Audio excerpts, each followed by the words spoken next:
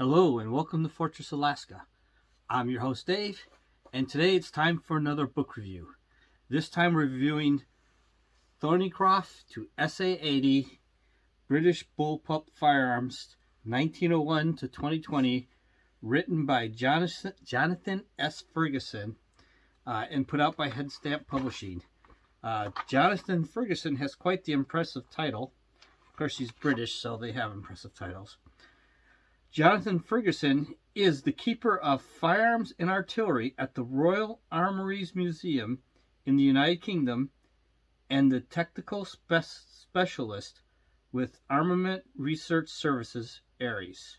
So that's who Jonathan Ferguson is, and this is his book put out by Headstamp Publishing. First off, I'm going to say that you really have to be interested in bullpups or the history of firearms to read this. This is not just a casual reading book. This is a scholarly work for people who are really interested in the history of British bullpups or just in firearms in general. It's quite an interesting book to me. I enjoyed it. It is also a very high quality book. These are, I don't want to say collectible style books. I'd like to say more of its, I really don't know how to describe it. Sorry. But they are impressive books. Headstamp Publishing does a really good job. So let me give you a brief overview of the book. So it is just about British bullpups, going back to 1901, including bolt-action bullpups, which kind of odd to see, but bolt-action bullpups.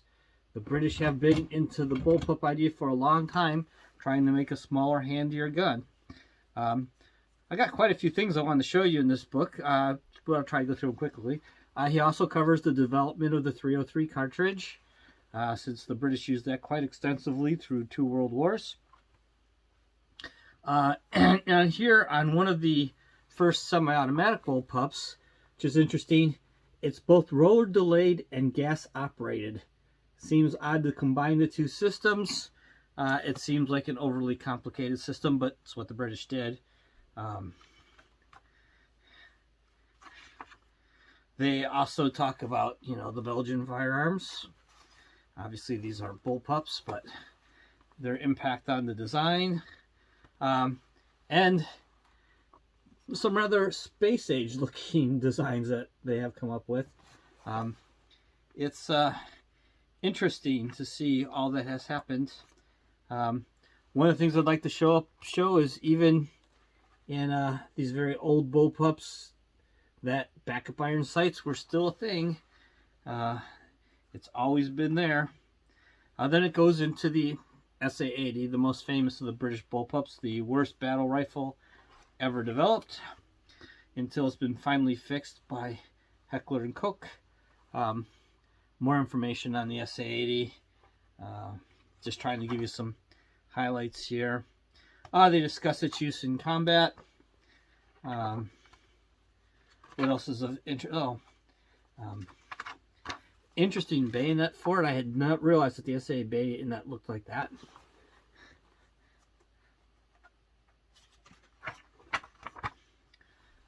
The bayonet attached and how it's used. So they talk about the accessories with it.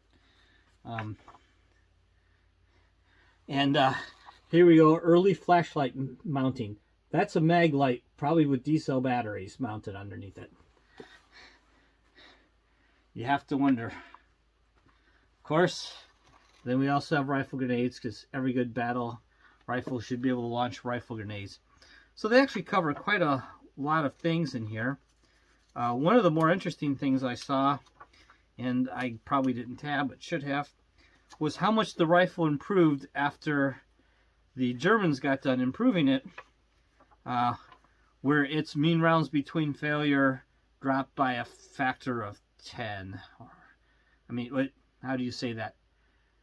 It went from having mean rounds between failures of in the 200 range to going to over the 20,000 range. So it was a massive improvement. It made it into a reliable modern firearm. But anyways, not really trying to show you what's all in the book, but I did want to just tell you quickly about it. Probably available from Headstamp Publishing. I really haven't looked to see if it's in there, but I imagine so. Once again, The things that I would like to point out is this is a book to be proud of. It's also a showpiece as well as a wealth of information. They're very high quality. The photography is utterly amazing. One thing that always amazes me is no matter how hard I try, there's always a piece of lint or dust somewhere on a firearm when I take a picture of it. But looking at all these pictures that they took, the firearms are immaculate, and there's no signs of dust or lint anywhere on them, and the effort that must take to get those firearms in that condition. And how's that for a winter trigger? That'll keep your hands warm. Actually, I live in the subarctic, and to tell you in all honesty, just wool gloves do the job, and you don't really need to go to that kind of effort. If you're out there humping and walking all day, carrying a pack, you're plenty warm. Anyways, but just here's a good example of the quality of the photography. The gun has been cleaned impeccably. There's no shadows. Everything they want to show you is clearly displayed. Once again, the photography is amazing.